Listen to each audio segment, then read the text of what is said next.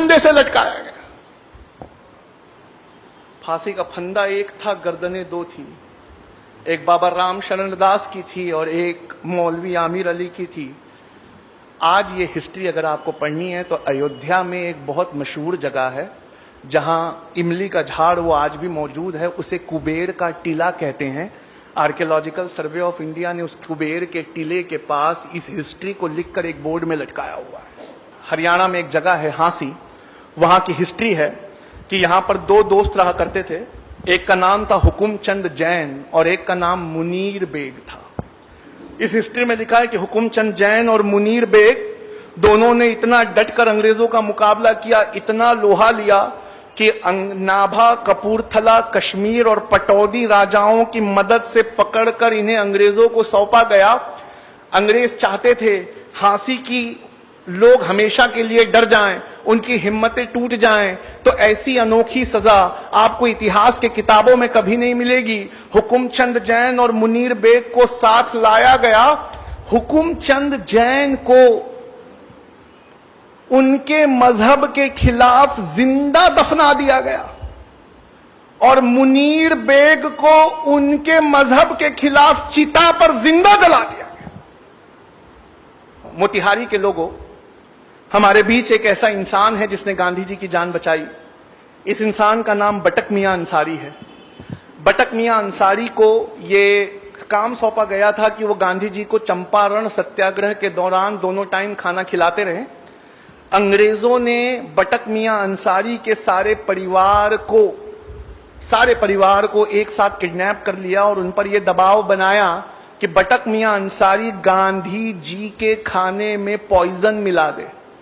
बटक मियां अंसारी ने उनके दबाव में जब ये कदम उठाना चाहा तो ऐन गांधी जी के निवाला तोड़ने से पहले बटक मियां अंसारी ने उनके हाथ से छीन कर वो डिश फेंक दी। जब गांधी जी ने पूछा तो रोने लगे। कहा अंग्रेज उद्योगपतियों ने कल मेरे बच्चे की लाश भिजवाई है, अगर आज मैंने आपको पॉइजन नहीं दिया तो एक और परिवार से ऐसा होगा जिसकी लाश मुझे भिजवा दी जाएगी। बटक मियां अंसारी ने अपने परिवार की परवाह बिना किए गांधी जी के हाथ से वो पॉइजन भरा कटोरा छीन कर फेंक दिया। ऐ मोतिहारी के लोगों, मैं उस वक्त वहां मौजूद था और मैं आज आपके बीच राष्ट्रपति बनकर आया हूं और गांधी जी की जान बचाने वाले इस बटक मियां अंसारी को उसके एवज में 50 एकड़ जमीन मोतिहारी में देना चाहता हूं। ये जिसकी स्पीच का टुकड़ा है वो हमारे भारत के पहले राष्ट्रपति बाबू राजेंद्र प्रसाद थे, जिन्होंने 1950 में बटक मियां अंसारी को जमीन का 50 एकड़ का टुकड़ा देना चाहा। बटक मियां अंसारी को वो 50 एकड़ जमीन कब अलॉट की गई तो लिखा है 1957 लग गए जमीन को अलॉट करते करते, तब तक बटक मियां अंसारी इस दुनिया में नहीं रहे। मपीला ये वर्ड है केरला के मुसलमानों के लिए। आप ये जानते हैं कि मुसलमान इन्होंने इंडिया में दाखिल अफगानिस्तान की साइड से नहीं हुए। अब रिसर्च ने यह साबित कर दिया है कि पहले मुसलमान केरला में आए थे और इंडिया की सबसे पुरानी मस्जिद जब भी आप विकिपीडिया पे टाइप करेंगे तो वो केरला में मिलेगी, अफगानिस्तान में नहीं मिलेगी।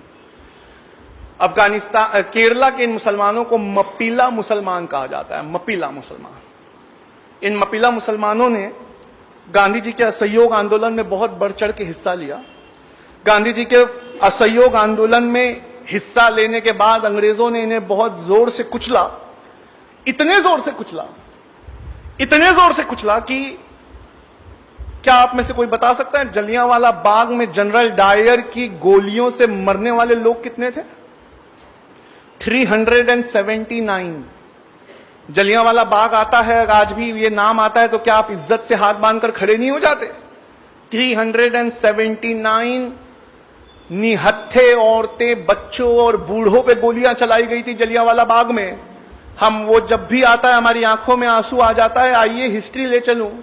लिखने वाले ऑथर ऐसे हैं जिनकी हिस्ट्री की किताबें कैम्ब्रिज और ऑक्सफोर्ड में पढ़ाई जाती हैं। नाम बिपिन चंद्रा है, चैप्टर है 17th चैप्टर, उसका नाम ही मपीला रेबेलियन है। मपीला रेबेलियन में लिखते हैं कि मपीला मुसलमानों को गांधी जी का साथ देने के लिए 1921 में यह कीमत चुकानी पड़ी कि अंग्रेजों के रिकॉर्ड के मुताबिक 2337 मपीला मुसलमानों को फांसी दी गई। मैं इनके जो लीडर थे उनका नाम था हाजी कुन मोहम्मद, मैं उनसे मिल चुका हूं। उन्होंने बताया है कि गैर सरकारी रिकॉर्ड में 45,404 मपीला का नाम है। लोगों, इसमें एक जगह थी बेल्लारी ट्रेन ट्रेजेडी। इस बेल्लारी ट्रेन ट्रेजेडी में यह हुआ था कि 127 मुसलमानों को, क्रांतिकारी मुसलमानों को बिना खिड़की वाली एक वैगन में भरकर थिरूर से बेल्लारी भेजा जा रहा था। बिना खिड़की वाली इस वैगन, छोटी सी वैगन थी, उसमें 127 मुसलमान भरे हुए थे। बीच का एक स्टेशन कोयंबटूर पहुंचते पहुंचते 70 मुसलमानों ने दम तोड़ दिया और इनकी पोस्टमार्टम रिपोर्ट में लिखा है इनटॉलरेबल सफोकेशन, यानी असहनीय घुटन के वजह से ये मौत हुई। आखिरी इंसान जिसके बारे में मैं आज आपको बताना चाहूंगा वो अशफाकुल्ला खान थे। ये अशफाकुल्ला खान एक बेहतरीन क्रांतिकारी थे। काकोरी में चंद्रशेखर आजाद और राम प्रसाद बिस्मिल का साथ देने की वजह से पहले इन्हें अंडमान निकोबार के काले पानी की सजा हुई और बाद में वहीं सूली से लटका दिया गया। अशफाकुल्ला खान से मिलने जब उनका परिवार पहुंचा तो वो बेतहाशा रोने लगा और परिवार उत्तर प्रदेश में मिलने पहुंचा एक दिन पहले जब उन्हें काले पानी भेजा जा रहा था। अशफाकुल्ला खान ने उनके बहते हुए आंसुओं को देखा और देखकर आंसू पोंछते हुए कहा, ऐ मेरे घर वालों, तुम इन आंसुओं को रोक लो। क्या तुम्हें इस बात की खुशी नहीं है कि हर साल जब आजादी का दिन आएगा तो राम प्रसाद बिस्मिल, कन्हैया लाल और खुदीराम बोस के साथ उसी सांस में तुम्हारे भाई अशफाकुल्ला खान का भी नाम लिया जाए। गांधी जी से पूछा गया दांडी मार्च के वक्त, कहा गांधी जी, अगर अंग्रेज आपको दांडी मार्च पूरा होने से पहले गिरफ्तार कर ले तो आपकी जगह कौन लेगा? इतिहास में नाम दर्ज है, गांधी जी ने कहा अगर दांडी पहुंचने से पहले मुझे अंग्रेज सरकार गिरफ्तार कर ले तो मेरी जगह अब्बास तैयब जी लेंगे। और गांधी जी कहते हैं, अब्बास देखना जब मैं जेल चला जाऊं तो तुम्हारे मुट्ठी से नमक ना छूटे। 1932 में गांधी जी को नमक आंदोलन के लिए अरेस्ट किया गया तो हजारों की तादाद में पठान निकल कर आए और खड़े हो गए। इतनी हजारों की तादाद देखकर अंग्रेज डर गए और अंग्रेज पेशावर से भाग गए। 2 दिन बाद वो गढ़वाली रेजिमेंट लेकर लौटे तो किस्सा खानी बाजार में सारे के सारे पठान टस से मस नहीं हुए। गढ़वाली रेजिमेंट से कहा इन पर गोलियां चलाओ। गढ़वाली रेजिमेंट के जवानों ने बंदूकों को लोड किया, देखा सबसे सामने की सफ में पठानों के बच्चे लगे हुए हैं और उन बच्चों के बीच उनका लीडर खड़ा था, उसका नाम था खान अब्दुल गफ्फार खान। अंग्रेज ने कहा कि ये खान अब्दुल गफ्फार खान, हथियार तो पठानों का जेवर होते हैं, तुम्हारे हथियार कहां है? कहा हमने गांधी से वादे के चलते अपने जेवर को उतार के फेंक दिया। कहा गांधी से वादा किया है, हथियार तो छोड़ो, हाथ तक नहीं उठाएंगे। ये फोटो, वहां जमा लोगों की फोटो आज भी गूगल और विकिपीडिया पे मौजूद है। सामने की 2 सफ में बच्चे खड़े और पीछे हजारों की तादाद में पठान खड़े। फिर अंग्रेजों गढ़वाली रेजिमेंट ने अपनी बंदूकें लोड की। इससे पहले गोली चलाती, गढ़वाली रेजिमेंट ने बंदूक ये कहकर फेंक दी, हमारे देश में एक जलियांवाला बाग काफी है, निहत्तों पे हम गोली नहीं चलाएंगे। अंग्रेजों ने खुद साख्ता बंदूकें उठाई, 207 लोग मारे गए। आप जानते हैं भारत सरकार ने उन्हें क्या इज्जत दी है खान अब्दुल गफ्फार खान को? मरणोपरांत यानी मरने के बाद भारत रत्न पुरस्कार से सवारा। खान अब्दुल गफ्फार खान का टाइटल है सीमा अंत गांधी यानी फ्रंटियर गांधी। उनको जो प्लाक मिला था भारत रत्न पुरस्कार, ये जो इंडिया का सबसे बड़ा पुरस्कार है, उन्हें दिया गया, जबकि वो अफगानी थे, पर अफगानिस्तान उस वक्त इंडिया का हिस्सा था। उस प्लाक में से मैं पढ़ता हूं, उस प्लाक पे भारत सरकार ने क्या लिखा है। उस प्लाक में ये लिखा हुआ है कि किस्सा ख्वानी बाजार के दिन अपनी बहादुरी, दिलेरी और गांधी जी से चलते वादे के मुताबिक हिंसा के विरोध में अपने हथियारों को फेंक देने की वजह से और 90 साल की अपनी जिंदगी में से 45 साल जेल में गुजारने की वजह से सीमांत गांधी खान अब्दुल गफ्फार खान को भारत सरकार भारत रत्न से नवाजी। डीएनए ये एक न्यूज़पेपर है जो मुंबई में निकलता है।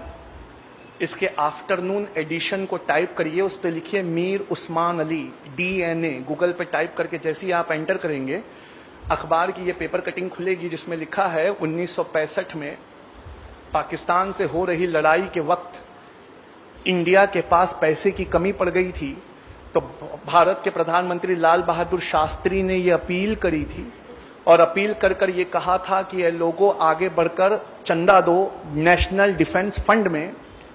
मीर उस्मान अली ये उस समय हैदराबाद के निजाम थे। उनसे जब लाल बहादुर शास्त्री की अपील को सुना तो उन्होंने फोन किया लाल बहादुर शास्त्री से, कहा sir I want to meet you, आप हमारे हैदराबाद में आइए। कहा देखते नहीं, वार चल रहा है। कहा सर उसी के जिम्मन में मिलना है, मेरे पास फोटो मौजूद है, आप असरा के व्हाट्सएप ग्रुप से जुड़िए, मैं आपको वो फोटो फॉरवर्ड करता हूं। लाल बहादुर शास्त्री हाथ मिलाते हुए मीर उस्मान अली से, क्या आप जानते हैं 1965 में पाकिस्तान के खिलाफ लड़ाई के लिए इंडिया के इतिहास का सबसे बड़ा चंदा दिया गया था। 2015 तक वो रिकॉर्ड टूटा नहीं है। इंडिया का सबसे बड़ा चंदा मीर उस्मान अली ने 5000 किलो सोना दिया था। 5 टन सोना लाल बहादुर शास्त्री के हवाई जहाज में बेगम पेठ एयरपोर्ट हैदराबाद में लादते हुए फोटो डीएनए अखबार ने छापी है। और इस रिपोर्ट को अप्रैल की 13 तारीख 2015 को द हिंदू नेशनल अखबार है, उसने फ्रंट पेज पर इस हेडिंग के साथ छापा है, close fist open handed Mir Usman Ali. 5 ton यानी 5000 किलो सोना, ये वो चंदा है जिस चंदे को आज तक किसी ने क्रॉस नहीं किया। ये इस देश की हिफाजत के लिए दिया है। लोगों पढ़ लो, अगर नहीं पढ़ोगे तो कभी नहीं जान पाओगे कि जय हिंद ये नारा लिखने वाला आंध्र प्रदेश के एक मुसलमान थे, उनका नाम मोइनुद्दीन हसन हक था। लोगों पढ़ लो, नहीं पढ़ोगे तो कभी नहीं समझ पाओगे कि जिस प्लेन क्रैश में नेताजी सुभाष चंद्र बोस मारे गए उनके साथ मरने वाले कर्नल हबीबुर रहमान थे। लोगों पढ़ लो, अगर नहीं पढ़ोगे तो कभी नहीं जान पाओगे कि तुम्हारे बुजुर्गों ने क्या क्या इतिहास में लुटाया है। किसी और की कोई गलती नहीं है, उल्टा मुसलमान कौम को हिंदू कौम का कर्जदार होना चाहिए कि हमारी हिस्ट्री को उन्होंने किताबों में बचा कर रखा। हमने अपनी हिस्ट्री के लिए कुछ नहीं किया। वक्त काफी हो चुका है, मैं इस बात को अपनी यहीं खत्म करता हूं और प्रोग्राम के बाद मैं घर नहीं जाने वाला, मैं यहीं बैठा हूं। आप आके मुझसे ये सबूत देख सकते हैं। वमा अलैना इल्लल बलाग। बहुत शुक्रिया।